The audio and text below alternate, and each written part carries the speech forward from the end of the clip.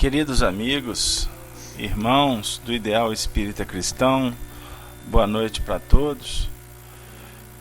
Que Jesus possa nos abençoar, que possamos ter uma noite pródiga de bênçãos para o nosso aprendizado em torno da doutrina espírita e do Evangelho de Jesus.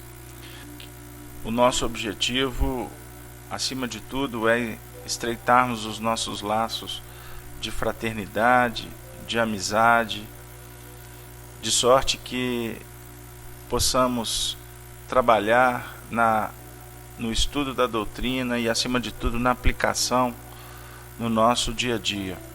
Hoje estamos de volta no 37º encontro em torno dos princípios básicos da doutrina espírita e do Evangelho do Senhor.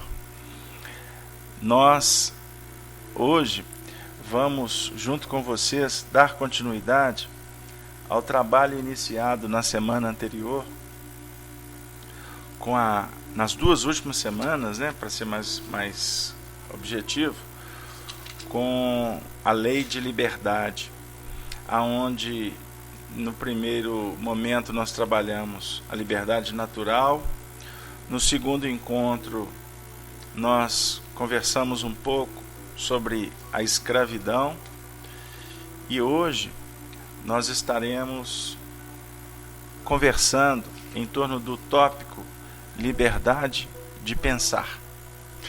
É muito importante para todos nós, nesse instante que estamos estudando juntos, possamos procurar abrir o Livro dos Espíritos, na sua terceira parte, no capítulo 10º, aonde vamos conversar em torno das duas questões, 833 e 834.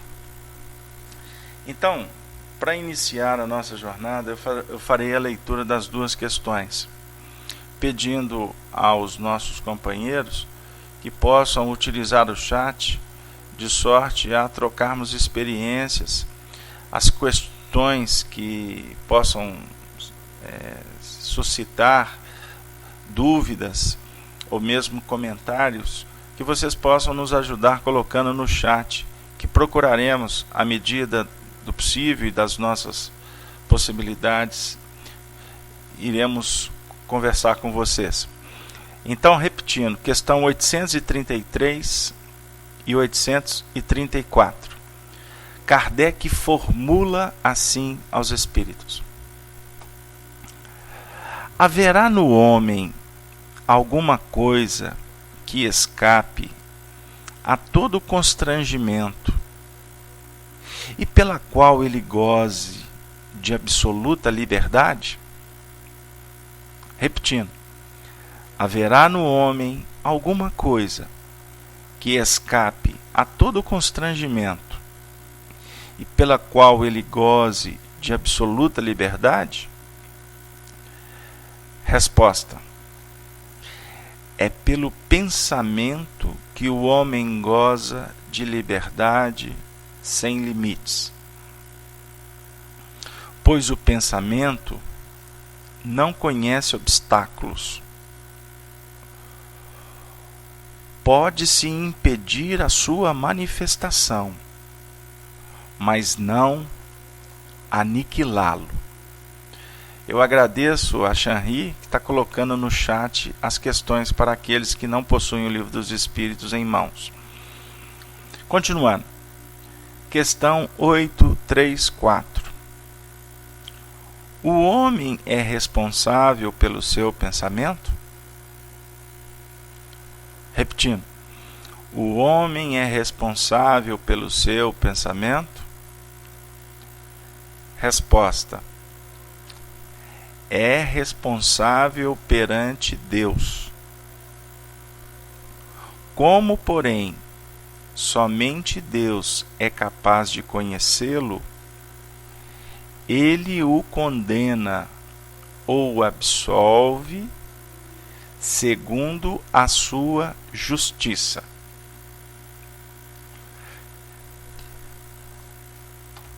Então nós temos aqui nessas duas questões dois caminhos extraordinários que nós vamos em prece suplicar a Deus que nos ajude para que esses dois caminhos se intercambiem, para que nesse nosso encontro possamos trabalhar o aspecto da liberdade do pensamento e ao mesmo tempo da responsabilidade que a ideia traz efetivamente como consequência necessária para não violentarmos as leis divinas. Então, na primeira questão, os benfeitores espirituais vêm nos explicar que para o pensamento não há barreiras, impedimentos. Para o pensamento não há cadeias. Nada nesse mundo detém o fulcro irradiador da mente. Pensamento, conforme define Emmanuel, energia eletromagnética. Importante refletirmos. Eletromagnética, lembrando que o magnetismo é energia estática e a eletricidade, energia dinâmica. Então, com isso, nós podemos aqui, de uma forma simples, mas bem clara e objetiva, compreendermos o pensamento como a manifestação da mente em nível de energia que tem qualidade, que tem força, que tem dinâmica, que tem, podemos assim dizer, tônus vibracional que efetivamente expressa a capacidade da nossa mente refletir, criar, ou melhor, co-criar, trabalhar dentro de um processo dinâmico de interação com o universo. E nós não gostaríamos aqui de usar as nossas acanhadas expressões para trazer definições que já estão postas pelos nossos benfeitores espirituais, através da codificação espírita e da revelação espírita do século XX, que veio nos auxiliar a entender a síntese do que foi colocado para nós pela espiritualidade na codificação espírita. E hoje nós estaremos suplicando as bênçãos de Emmanuel e de toda a sua imensa equipe que nos ajude para entender um pouco sobre a questão do pensamento. E para tal, nós estamos recorrendo ao livro Seara dos Médiuns, exatamente na lição Cartão de Visita, na qual Emmanuel vai apresentar para nós o pensamento como um cartão de visita que estamos oferecendo para a vida. Convido vocês a nos acompanhar numa rápida leitura. Afirma Emmanuel, por exemplo, que em qualquer estudo, no caso da mediunidade, que é uma obra que foi escrita para explicar alguns pontos do Livro dos Médiuns, Emmanuel diz: em qualquer estudo da mediunidade, que é a nossa faculdade extrasensorial, faculdade orgânica que nos permite intercambiar com os seres nas suas diversas condições, em qualquer estudo da mediunidade não podemos esquecer que o pensamento vige na base de todos os fenômenos de sintonia na esfera da alma. Analisando-o palidamente. Tomemos a imagem da vela acesa, apesar de imprópria para as nossas anotações. A vela acesa arroja de si fótons, ou força luminosa. O cérebro exterioriza princípios inteligentes, ou energia mental. Na primeira, temos a chama. No segundo, identificamos a ideia. Uma e outro possui campos característicos de atuação, que é tanto mais vigorosa quanto mais se mostre perto do fulcro emissor.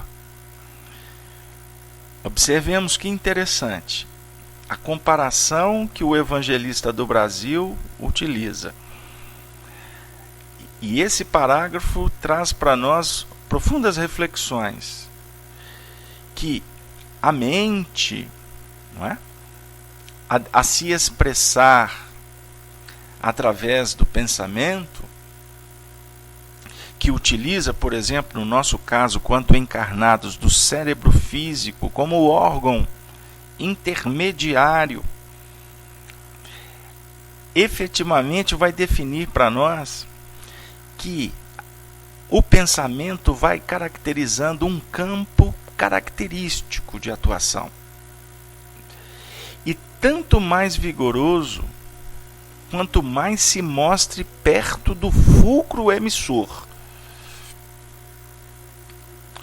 No fundo, os agentes a que nos referimos são neutros em si. Imaginemos, no entanto, o lume conduzido, a chama direcionada. Tanto pode revelar o caminho de um santuário, quanto a trilha de um pântano. Tanto ajuda os braços do malfeitor na execução de um crime, quanto auxilia as mãos do benfeitor no levantamento das boas obras. Verificamos no símile que a energia mental, inelutavelmente ligada à consciência que a produz, obedece à vontade. E compreendendo-se no pensamento a primeira estação de abordagem magnética em nossas relações uns com os outros, seja qual for a mediunidade de alguém, é na vinda íntima que palpita a condução de todo o recurso psíquico. Agora que vai chegar onde que nós queríamos. Observa, pois, os próprios impulsos. Desejando, sentes. Sentindo, pensas. Pensando, realizas. Realizando, atrais. Atraindo, refletes. Aqui essa didática de Emmanuel vem nos auxiliar na compreensão do processo. Porque a nossa mente, como ele mesmo ensina em outro livro, Pensamento e Vida, é o espelho da consciência desperta, que configura as nossas ações, o nosso trabalho, o nosso desenvolvimento, dentro de um campo de possibilidades que a nossa própria mente concebe. A nossa mente condiciona possibilidades de trabalhar. Por isso é que Emmanuel, nessa lição que nós estamos lendo, diz que quanto mais próximo do fulcro irradiador, que é a mente, mais forte, se eu posso assim dizer, mais qualidade, mais vigoroso é o pensamento, que se torna então uma carta viva do nosso mundo íntimo. Portanto, nós nos intercambiamos com todos os seres, encarnados e desencarnados, intercambiamos pelas nossas expressões mentais, que efetivamente são calcadas pelos reflexos que estão instaurados dentro de nós, através da esteira do tempo, através das nossas experiências, das nossas emoções, das nossas atitudes, que foram ao longo dos milhões de anos estruturando a nossa casa mental. Então, quando, por exemplo, uma onda mental nos visita através de partículas que são endereçadas por outras mentes, nós registramos estes pensamentos através do instrumento da nossa mente que Emmanuel utiliza o simbolismo de um espelho, que vai como que registrar o que está nos visitando, decodificar, entender, fazer uma leitura do que está chegando, para logo em seguida o nosso campo mental refletir esta irradiação que nos visitou. Agora, obviamente, que quando estamos refletindo o pensamento que nos visita, esse pensamento já tocou os nossos sentimentos. E por isso, pensando, nós vamos realizar todo o processo de decodificação psíquica, para em seguida realizarmos, construirmos as nossas próprias ideias. Vamos operacionar na palavra, e a palavra, ensina André Luiz, é o fixador da evolução. A palavra, efetivamente, é que antecede as atitudes. E a palavra aqui, o verbo, é a nossa condição conceitual de entender a própria vida, acrisolar aquilo que nos importa, digerir aquilo que vai nos alimentar, como também expelir o que não tem valor. Obviamente que tudo isso de acordo com o nosso interesse, com a nossa condição de analisar. Por isso, não adianta buscarmos aqui agora conexão com aquelas mentes que vibram em faixas dos espíritos puros, por exemplo. Porque as partículas mentais que eles vão deferir, por nós, não terão ressonâncias de profundidade. Porque nós não temos ainda uma estrutura psíquica para compreender o pensamento que vem do mais alto. Nesse momento, os nossos amigos nos inspiram, por exemplo, a buscar no Evangelho aquela colocação que Jesus faz, que eu e o Pai somos um. Jesus filosoficamente nos apresenta Deus como a luz da vida, a luz do universo. Deus é luz. Entendeu assim o médium João, e por isso escreveu na sua primeira epístola: e aqueles que mentem não estão conectados com Ele, portanto não são filhos, numa linguagem coloquial que vai nos auxiliar não para enveredarmos nos caminhos da religião tradicional.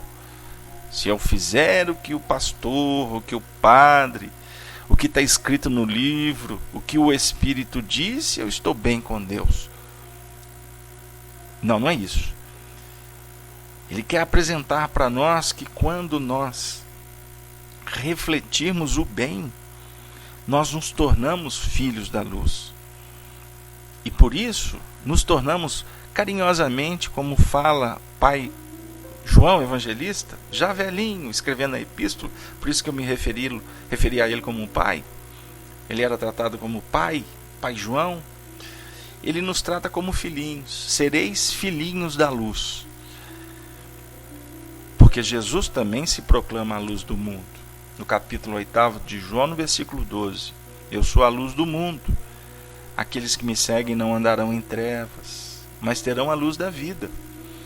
E da mesma sorte ele afiança no capítulo 5 de Mateus que nós, os discípulos, somos a luz do mundo.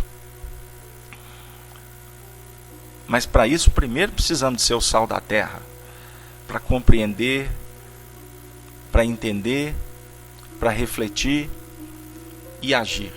Porque o discípulo é aquele que age conforme ele está sendo concebido pela mensagem que vem do alto. E no momento em que nós realizamos, continua Emmanuel, nós atraímos forças, atraímos mentes, atraímos pensamentos, atraímos ideias. E atraindo, nós vamos refletir novamente. E essa reflexão se dá por um processo de sintonia. Isso se dá através de afinidades. É um estudo singelo que estamos tentando fazer sobre o pensamento para compreendermos um pouco por que quando refletirmos nós estamos estendendo influências. Quando pensamos, efetivamente estamos apresentando um cartão de visita de qual é a nossa realidade mental, qual é o nosso mundo íntimo. Porque ele se faz por expressões vibracionais. Por mais que a nossa persona, por mais que as convenções do mundo, nós tentamos mascarar algumas coisas. Nós tentamos nos ajustar porque vivemos num processo de socialização. Porque na socialização é que nós vamos efetivamente aprendendo uns com os outros a intercambiar esse mundo espiritual que nós estamos tentando de uma forma muito simples, dentro das nossas acanhadas possibilidades, fisicamente explicar um pouco de como que funciona a nossa estrutura mental, como que funciona a nossa maneira de interagir, o nosso momento que vai construindo para nós o próprio alicerce da vida, como fala Emmanuel. Porque quando refletem-se as criaturas, reciprocamente, na criação que reflete os objetivos do Criador. Ou seja, no momento em que estamos refletindo, nos intercambiando, nós estamos refletindo a própria vontade de Deus, que ao criar o Espírito, ele diz para o Espírito, numa síntese magnânima da evolução espiritual: vinde a mim, vinde a mim, vinde a mim todos vós. Porque é caminhando dentro do processo do crescimento, do intercâmbio, do aprendizado, é que nós estamos como que criando a nossa própria condição de vida. Porque a mente vai definindo para nós aquele campo consciente de trabalho que nós saímos para granjear recursos. No momento em que você pensa, que você sente, que você se projeta para o mundo, você sai para recolher recursos que efetivamente vão eles se tornarem com o tempo a própria alimentação mental. Nós vivemos, nós nos nutrimos com os valores produzidos ou arregimentados pela nossa mente. Hoje, mais cedo, vou citar a fonte para o nosso querido Balk, que gosta de estudar a matéria, e todos os outros da sala, como o Juarez, não é? E os demais que estudam a mediunidade. Eu gostaria de citar um livro muito interessante, intitulado Encontro no Ideal. Encontro no Ideal foi psicografado por um médium já muito conhecido no movimento espírita, aqui de Belo Horizonte, que nós temos o privilégio de aprender com ele e tentarmos ser amigos dele, que é um coração muito bondoso, o nosso querido Wagner Gomes da Paixão, que no livro Encontro no Ideal, ele, com a sua condição de médium, com a sua desenvoltura intelectual, ele também teve a oportunidade, como muitos, de se tornarem instrumentos de Emmanuel. Ou para aqueles mais tradicionais, se tornar instrumento da equipe de Emmanuel, que é composta por milhares de espíritos que trabalham dentro da própria dinâmica do movimento espírita mundial. Mas independente disso, nesse livro Encontro no Ideal, na segunda lição, intitulada Universo Mental, eu vou repetir, a Fabiana está pedindo no chat, o livro é intitulado Encontro no Ideal, que foi editado pela nossa casa querida, a União Espírita Mineira, a Federativa Estadual, e a lição é intitulada Universo Mental, a lição de número 2. E Emmanuel aqui vem trazer um conceito muito interessante, que ele define para nós que nesse grande movimento da nutrição espiritual, a partir dos conceitos, das imagens que absorvemos dentro do nosso campo de possibilidades, de registros, do que está acontecendo ao nosso derredor na vida, nós vamos então trabalhando a nossa alimentação, vamos sustentando o nosso ideal da evolução a partir das nossas escolhas, mas dentro desse próprio mecanismo nós também somos nutridos, ou melhor, as nossas expressões mentais se tornam nutrientes que vão efetivamente classificando as nossas necessidades de atuação na vida. Como assim? Pensamos, sentimos, refletimos, agimos, criamos imagens, sons, cheiros, cores, vibrações, ideais que vão nos estimulando na caminhada. Nós nos alimentamos de fé. Nós necessitamos da esperança. O espírito caminha cultivando os sonhos. Os sonhos dão dinâmica para os processos. Por isso é que quem para de sonhar, ele para de viver, como afirma o adágio popular. E a partir do momento em que nós criamos ou co-criamos e vamos agindo em torno dos nossos sonhos, automaticamente também passamos a refletir e atrair para junto de nós mentes, corações, que se conjugam dentro dessa movimentação dos nossos ideais. E a partir do momento que atraímos, nós também trazemos para junto de nós circunstâncias que vão se transformar em mecanismos de trabalho, oportunidade de ações, com vistas à afirmação do que efetivamente nós estamos buscando. Quer dizer, quando idealizamos o bem, quando sonhamos em crescer,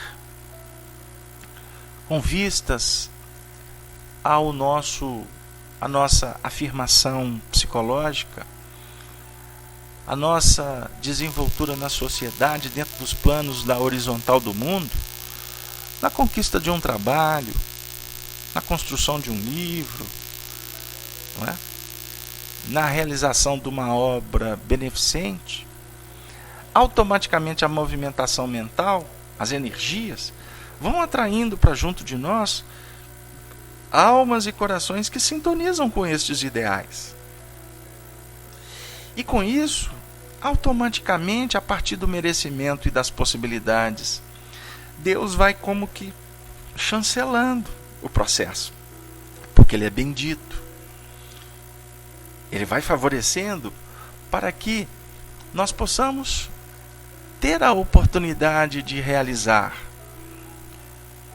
Embora devemos lembrar, sem arroubos pretensiosos, que tudo isso vai acontecer, repetindo, dentro das possibilidades das nossas mãos. Porque o fardo não pode ser maior do que os nossos ombros conseguem carregar. A luz não pode chegar de sorte a nos cegar. Então, da mesma sorte, numa outra dimensão, se eu posso assim me expressar, quando o nosso orgulho, o nosso egoísmo ganham campo,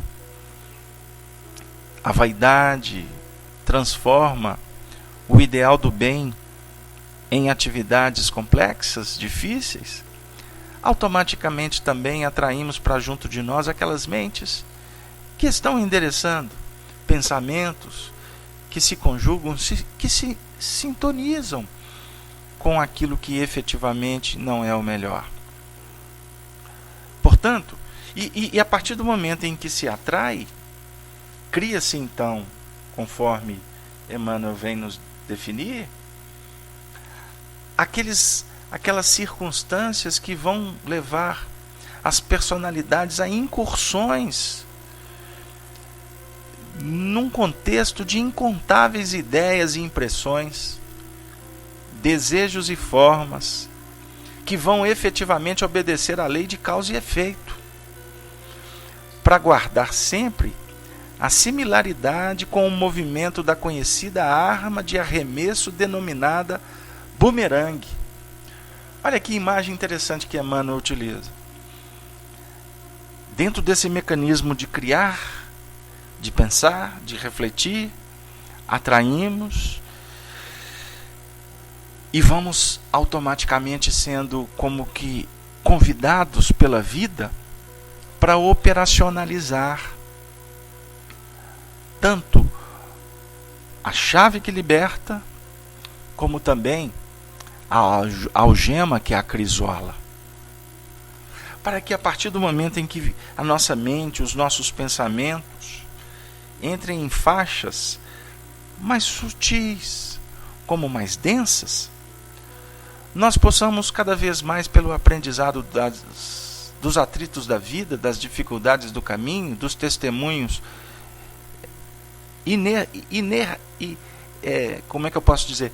Os testemunhos inarredáveis do caminho, nós vamos como que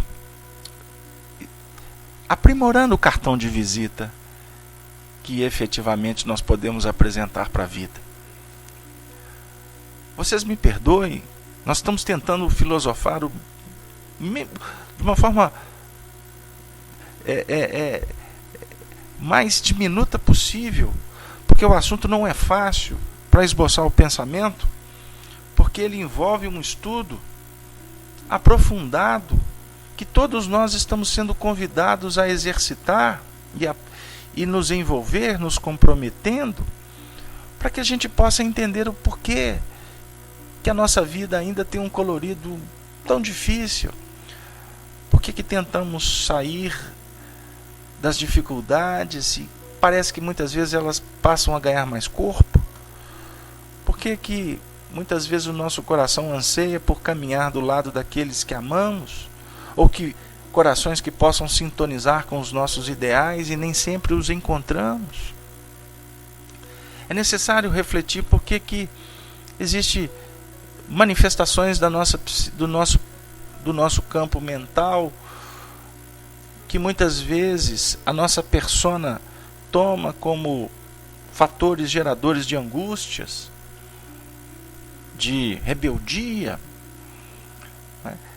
Ou muitas vezes buscamos a primazia, buscamos imperar dentro de um campo magnético de ação, usando a força do espírito. E com isso é o que efetivamente os espíritos vêm nos mostrar o motivo claro da própria manifestação da lei de causa e efeito, que vem nos alertar quanto à necessidade de caminharmos num campo mais essencial, menos convencional, menos preso às reações que constrangem, que vergastam. Nós vivemos no mar manifesto das nossas construções no tempo. O nosso passado canta alto, melodias nem sempre agradáveis. Muitas vezes as nossas tendências, que começam a ficar clarificadas a partir do momento em que eu busco entender o pensamento de Allan Kardec e do Espírito de Verdade, através dessa codificação singular, extraordinária, que veio ao mundo para transformar o homem, portanto, a humanidade, a doutrina espírita, que não é mais uma religião. Não, a doutrina espírita veio para se tornar a alma das religiões. A doutrina espírita não veio disputar espaço, porque os espaços já estão mais do que preenchidos por todas as doutrinas, por tantas filosofias, pela ciência que vai se agigantando, criando modelos, paradigmas, e automaticamente paradoxos vão caindo, o belo vai substituindo o que não edifica, a luz vai penetrando gradativamente nos territórios sombrios, não para acabar com a treva, porque o religioso tradicional quer perfeição.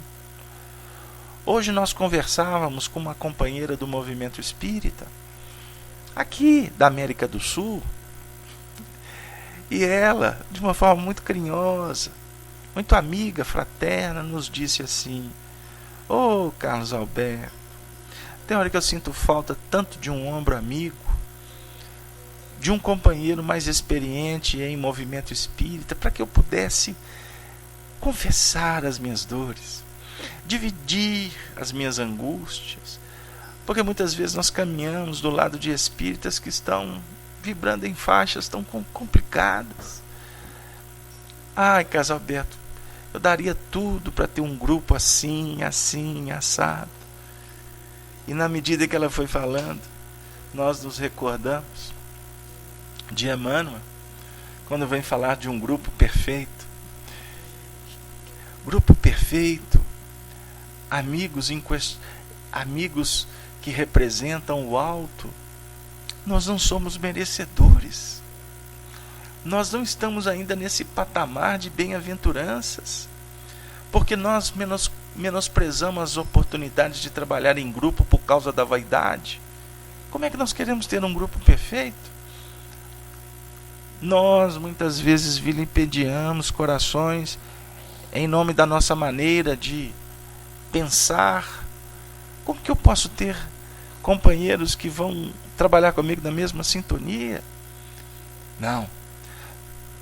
Jesus, quando veio à Terra, ele escolheu um grupo de 12 corações humanos, seres com dificuldades, a definir que ele estava ali no papel de facilitador, de ser o médium de Deus, o agente da luz, a própria luz, a própria verdade, a própria vida, consubstanciado nos exemplos que ele nos legou, para unir o grupo, para dizer que veio para servi-los e não para ser servido. Ele estava ali para consolar na fragilidade, mas no momento da festa indicar o caminho. No instante de testemunhos, alertar quanto às possibilidades de queda. E todos eles representam o arquétipo que nós necessitamos trabalhar. Por isso eram 12. O 12, o número da completude, não é? O número que vai representar um ciclo mais do que perfeito.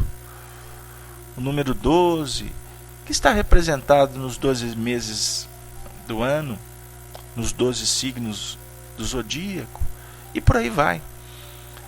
A definir para nós que a própria numerologia ela tem aspectos que definem para nós a necessidade de trabalharmos cada detalhe no tempo certo, na hora justa, na ocasião devida.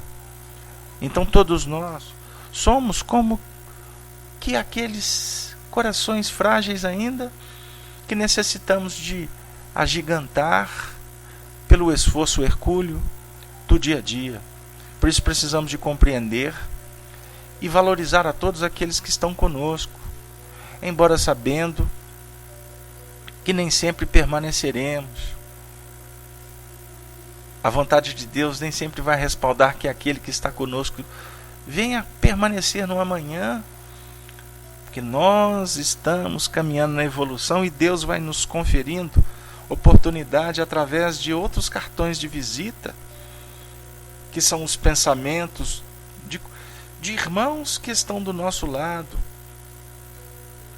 de companheiros que efetivamente precisam de, como nós, ganhar oportunidades de trabalho, de observação das leis, não é mesmo? Então são pontos que nós podemos refletir quanto à liberdade da expressão, a liberdade do pensamento. O texto que os espíritos ofereceram a Allan Kardec traz para nós ressonâncias de profundidade, porque nós temos a liberdade sem limites para pensar. Não existe obstáculo. Nada no mundo há de impedir. Por isso, nós necessitamos de aprender a qualificar, porque o texto vem dizer a Allan Kardec que pode impedir a sua manifestação, mas não aniquilá-lo. Como se pode impedir o pensamento? Não é? O filósofo define que pensando existimos. Então não tem como parar de pensar. André Luiz define uma equação para nós que temos em torno aí de 60, 70 mil pensamentos por dia. Joana de Ângeles fala em torno de 60 mil pensamentos. Há pouco tempo, o espírito de João Lúcio, através do próprio Wagner Paixão, colocou para nós que nós temos em torno de 90 mil pensamentos. Enfim, de 60 a 90, o número é enorme. E nós não temos como mensurar, mas nós podemos verificar, nós podemos qualificar, nós podemos ajustar a nossa forma de pensar. Porque na questão 834, os espíritos definem para Allan Kardec que nós somos responsáveis perante Deus dos nossos pensamentos. E é muito interessante a colocação dessa resposta, que vem definir que somente Deus é capaz de conhecer os nossos pensamentos. Queridos amigos, somente Deus. Nem o maior clarividente, podemos assim expressar, nem o clarividente dos clarividentes é capaz de penetrar na essência, no imo da alma para verificar as manifestações do pensamento. Porque nós vamos pensar dentro do nosso processo de vida, de conceitos, de imagens que nós vamos refletindo e definindo como ponto de evolução, que o próprio pensamento que nos é enviado, ele vai ser interpretado de acordo com a nossa forma de ver. Portanto, a essência, por nós, no fundo, dentro desse ponto de evolução, não é registrada. Tanto que devemos ser cuidadosos nas análises, nos juízos, nas medidas. Foi Jesus, aquele que tem sim autoridade para penetrar no ímo de nosso ser, por ser o pastor da nossa jornada. Jesus afiança, define a importância de não julgar para não ser julgado, para não precipitar nas análises, para não criar um julgamento no qual nos tornamos promotores, advogados de defesa, trabalharmos na condenação, não entrarmos nesse mecanismo para não nos tornarmos réus do juízo pessoal e intransferível, que há de nos visitar no tempo e no espaço, há de nos convidar para fazer uma releitura no amanhã. São pontos, porque se não prestarmos atenção no cartão de visita que nós estamos oferecendo, o próprio cartão de visita há de nos condenar. Como o cartão de visita, quando observado com responsabilidade e vigilância, o cartão de visita há de nos libertar. O pensamento pode abrir sendas. O pensamento, podemos dizer que, embora tenha ele o engrinaldar do sentimento, o pensamento ainda é manifestação filosófica.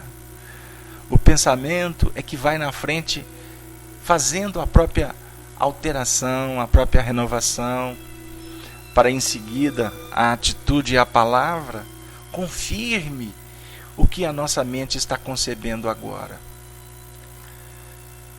Nesse momento, diante de tantas dificuldades, inclusive técnicas de evolução e de intercâmbio, diante de tantos desafios, nós devemos elevar o nosso pensamento a Deus e agradecê-lo por tudo. E bem-aventurado aquele que persiste, mesmo diante de tantas falhas, mesmo diante de tantos sentimentos de desânimo, de angústia, de tristeza, de remorso, de perdas, de escassez ou de abundância, de responsabilidades que nem sempre conseguimos concretizar o que a nossa mente, o nosso coração exige, mesmo diante da nossa própria inferioridade. Não devemos jamais desistir, porque quem entrega os pontos, ele se coloca à mercê da própria manifestação das dores que vão nos visitar por termos desistido da jornada. Não desista, minha amiga. Jamais pare a jornada, meu irmão. Porque o nosso pensamento é direcionado pela nossa vontade. E é Jesus, em seu Evangelho, que orienta que o discípulo registre a voz dos pastores que vão visitar a manjedoura no nascimento do menino Luz e se expressam: glória a Deus nas alturas e boa vontade, para que tenhamos os homens paz aos homens de boa vontade. O David no chat coloca uma frase: nas dificuldades que muitas vezes aprendemos e ganhamos força. Meu amigo Moraes, nós temos aprendido com os Espíritos, interpretando o Evangelho, que é necessário perder para ganhar na terra, ganhando os céus. Jamais deixe o carro da vida no piloto automático, como escreve Márcia. E a mesma poeta conclui o pensamento dizendo: pegue o leme de sua vida e busque a sua evolução. Vinde a mim, diz Jesus, todos vós que estáis cansados e sobrecarregados, que eu vos aliviarei. Allan Kardec coloca para os trabalhadores da última hora, no Evangelho segundo o Espiritismo, que é necessário que nós possamos nos colocar na condição de servir ao Senhor. Por isso é necessário nos unirmos, darmos as mãos e construirmos o bem, para que quando o bem estiver estabelecido em nossos corações, o Senhor retorne, volte para encontrar a obra terminada. Sim, minha querida irmã, a última hora apresenta para nós que o Senhor está dando oportunidade para todos. A última hora é porque é a hora do agora. Se nós perdermos o carro da última hora, nós vamos recomeçar. Não se desespere. Tudo tem um tempo. E o que você pensa ser oportunidade perdida, amanhã a providência divina nos devolve. Portanto, não desespere. Espere. Aconchega-te na paz do Senhor, que é misericórdia infinita, e aguarde um novo momento. Mas foque a sua mente, os seus ideais, no que está na sua mão fazer agora. Qual é a meta agora? O que o Senhor nos apresenta nesse momento para fazer? Nós já estamos fazendo de alguma forma. Observemos, nós estamos numa sala espírita.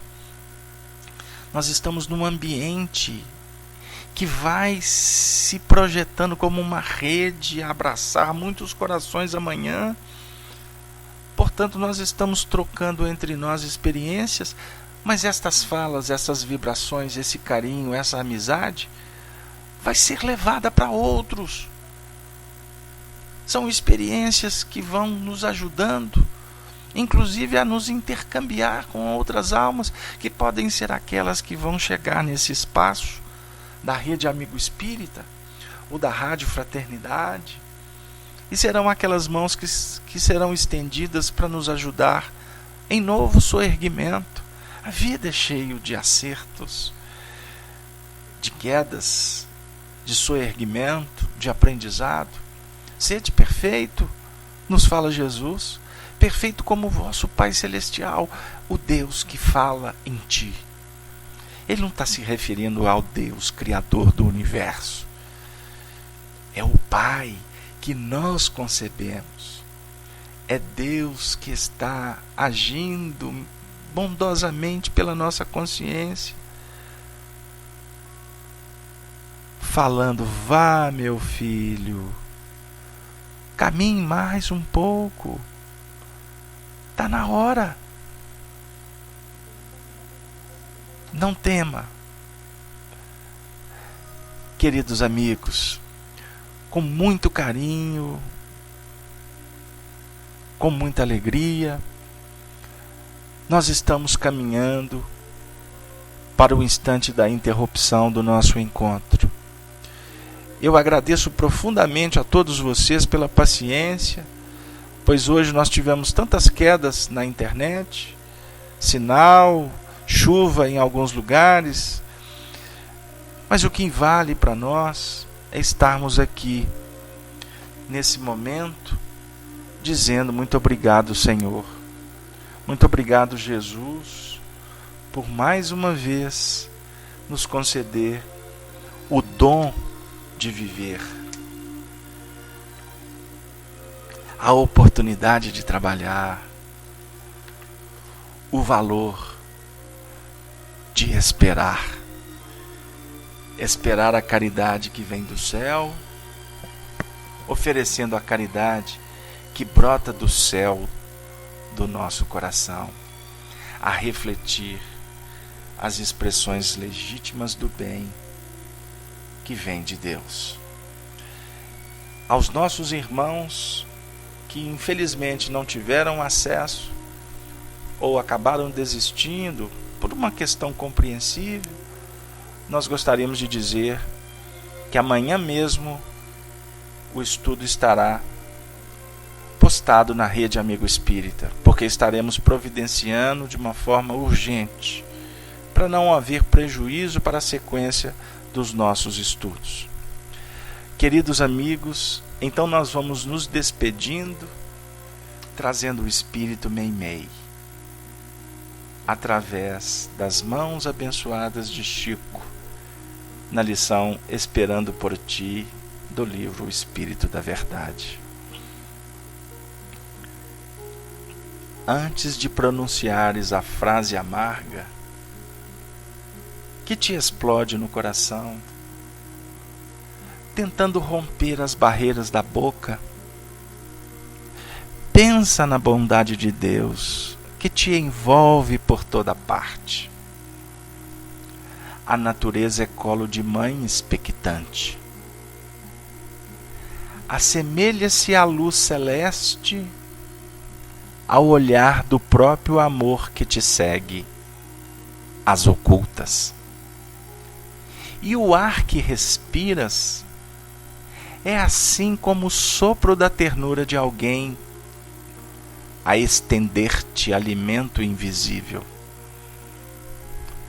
Tudo serve em silêncio, esperando por ti. Abre-se a via pública aos teus pés, a afeição de amistoso convite. A água pura está pronta a mitigar-te a sede. O livro nobre aguarda o toque de tuas mãos para consolar-te, e o fruto, pendendo da árvore, roga humilde que o recolhas. Pensa na bondade de Deus e não digas a palavra que desencoraje ou amaldiçoe. Cala-te onde não possas auxiliar. Deixa que tua alma se enterneça, ajudando nas construções do bem eterno, que tudo nos dá, sem nada exigir. E compreenderás, então, que Deus te oferece a vida por divina sinfonia, e que essa divina sinfonia pede que lhe des também a sua nota.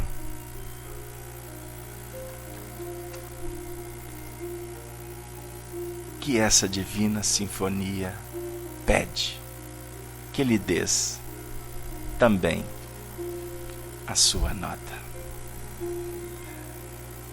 É o momento de dar a nossa nota como família cristã. Obrigado, benfeitores.